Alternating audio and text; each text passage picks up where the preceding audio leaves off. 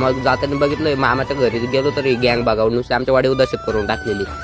तर नमस्कार पब्लिक, आज सकाळी सकाळी निघलो होतो आम्ही पेंडीचं पोतं आणायला आणि आपल्यासोबत रुद्र पण आलेला होता, कारण की पेंडीचं पोतं आपल्या एकट्याला येणार नव्हतं. मग इकडून तिकडून गाडी डायरेक्ट 200च्या स्पीडनं चालवली आपल्या रुद्राने आणि पैसे मोजले आणि घेतली. पेंडीचं पोतं नव्हतं राव, गोणीच होती. मला वाटलं पोतं बित्त असेल काय, कारण की आपण पहिल्यांदाच घेतलं होतं. मग काय पेंडीची गोणी टाकली गाडीवर आणि निघालो आपण घरी. मग आलो घरी आणि रुद्रा म्हणाला लय दिवसातून आला राव तू, चहा बी पिऊन जाय. मग नाही का त्या मम्मीला चहा बी करायला लावला, चहा बी पिला तो आणि तो गेला घरी. मी निघालो आज कामाला. मग कामाला जाताना बघितलं मामाच्या घरी गेलो तर गँग बघावून नुसते आमच्या वाडी उदासीत करून टाकलेली. आणि इथं आपल्याला दिसला आरसा. मग म्हणलं चला यार आरसा थोडंसं फोटो काढू. म्हणजे आरशावरच लय गाण काय फोटो काढत्या. मग आम्ही तिघ जण निघालो. आज आपल्याला थोडंसं काम होतं, मम्मीच्या कानातल्या दरचा काहीतरी प्रॉब्लेम झाला म्हणून ते सॉल्व्ह करायला चाललो होतं. मग इथं आलो आपण दुकानामध्ये.